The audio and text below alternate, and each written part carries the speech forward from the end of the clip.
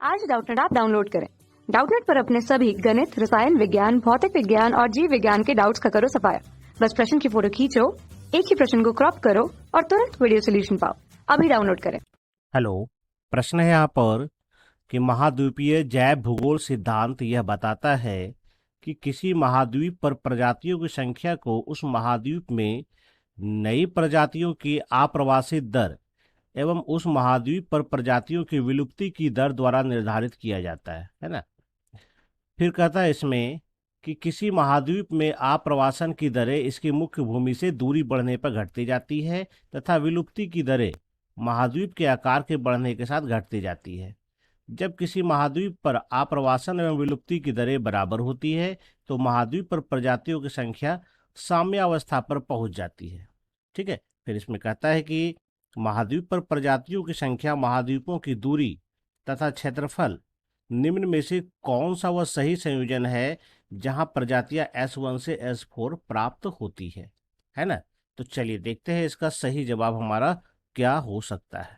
ठीक है, तो ऐसा नियम है जैसे महाद्वीपीय जैव भूगोल का सिद्धांत है, तो उसी तरह से हम उसको बोल सकते हैं द्वीपीय साम्य मॉडल। यह मॉडल बताता है कि किसी भी प्रजातियों की आप्रवासन और विलुप्तीकरण की जो दर होती है, इसके आधार पर प्रजातियों की संख्या का दर निर्धारित होता है। यानी कि प्रजातियों की संख्या की दर का जो निर्धारण होता है वो आप्रवासन एवं विलुप्तीकरण की दर के आधार पर होता है ना। ये द्वीपीय साम्य मॉडल कहता है। ठीक है, तो यही यहाँ पर जो ये कहना चाह रहा है कि जैसे जैसे प्रजातियों की संख्या बढ़ती जाती है ना, जैसे जैसे ये प्रजातियों की संख्या जो है बढ़ती जाती है, वैसे वैसे क्या होता है, वैसे वैसे आप्रवासन की जो दरें होती है वह भी क्या होती है, घटती चली जाती है ना। तो सीधा सा मतलब ये है कि आप्रवासन का जो दर घटेगा वो किस कंडीशन में घटेगा, तो जब प्रजातियों की संख्या बढ़ती है तब ऐसा होता है ना।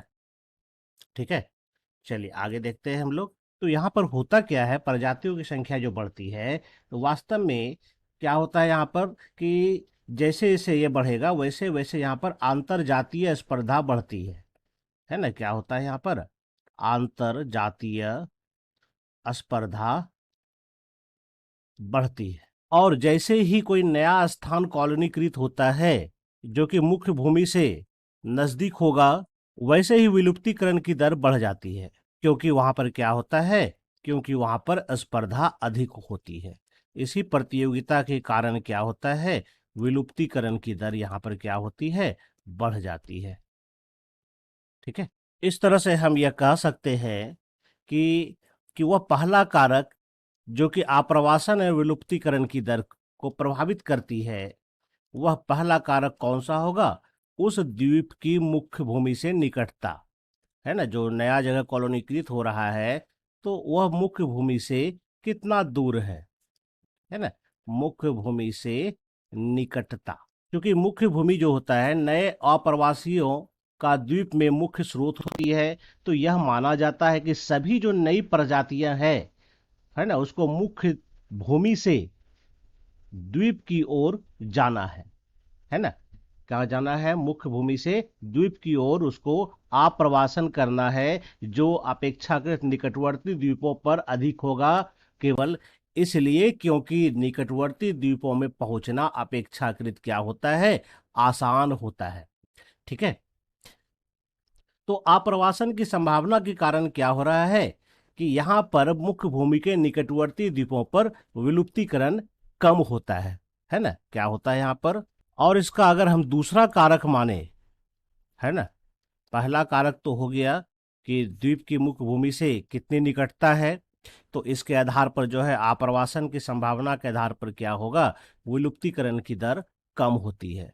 और इसका अगर दूसरा कारक अगर हम लोग देखें तो दूसरा कारक यहाँ पर क्या हो सकता है, यह हो सकता है हमारा द्वीप का आकार, है ना। क्या हो सकता है यहाँ पर, द्वीप का आकार। ठीक है, अगर बड़े द्वीप होंगे तो निश्चित रूप से वहां पर क्या होता है, अपेक्षाकृत अधिक स्थान होगा। अगर बड़ा द्वीप है तो यहाँ पर क्या होगा, अपेक्षाकृत अधिक स्थान होगा। और इसलिए प्रजातियों के लिए प्रयोग हेतु संसाधनों के उपलब्ध होने की संभावना भी अधिक होगी, है ना। इसका मतलब क्या होगा, यहाँ पर क्या होगा, संसाधनों के उपलब्ध होने की संभावना अधिक होगी।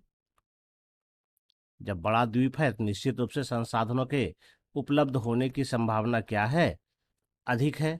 तो यहाँ पर हम यह देखेंगे तो किसके कारण जो है यहाँ पर हमारा क्या हो रहा है, ये प्रभावित होती है। तो अगर हम विकल्प को देखें, ठीक है, तो चूंकि मुख्य रूप से हम देख रहे हैं कि जो बड़ा महाद्वीप होगा, है ना, वहां पर और जो नजदीक में होगा वहां पर आप्रवासन की दर बढ़ती है ना।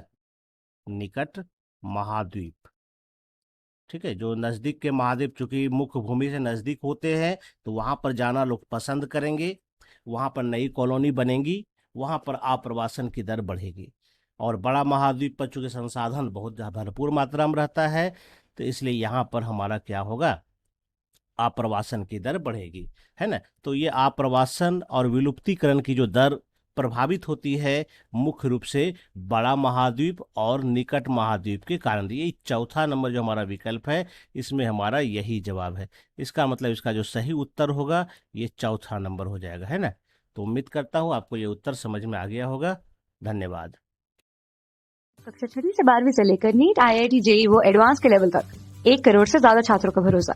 आज ही डाउनलोड करें डाउटनेट ऐप या व्हाट्सएप करें अपने सारे डाउट्स 8400 400 400 पर।